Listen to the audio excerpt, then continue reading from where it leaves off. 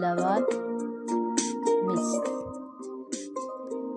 አንቺ ባሌ ብለሽ ለኔም ሁን ለምለው ምን እንደሚታይሽ ምን እንደሚሰማሽ ጠንቅቄ እረዳለሁ።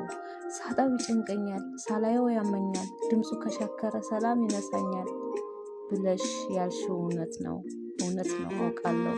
ትክክል መሆንሽን እመሰክራለሁ። ሚስቱ ብቻ ሳልሆን በሆነለት ገረድ ለመመላለሻው ብሰራለት መንገድ ውርደት ብከናነብ ክብረቴ ቀርቶብኝ እርሱን ካስደሰተው ይበለኝ ይርገጠኝ ማለት ሽመሙን ነው ኑሮሽ የነገረኝ። እውነት ነው ልክ ነው እንድል ያስገደደኝ የምትሆን ሁሉ እንዳምን ያደረገኝ የጋራ ስሜት ነው በእኔም ያደረብኝ። እኔም ለዛ ባልሽ እንዲህ ነው የሚሰማኝ።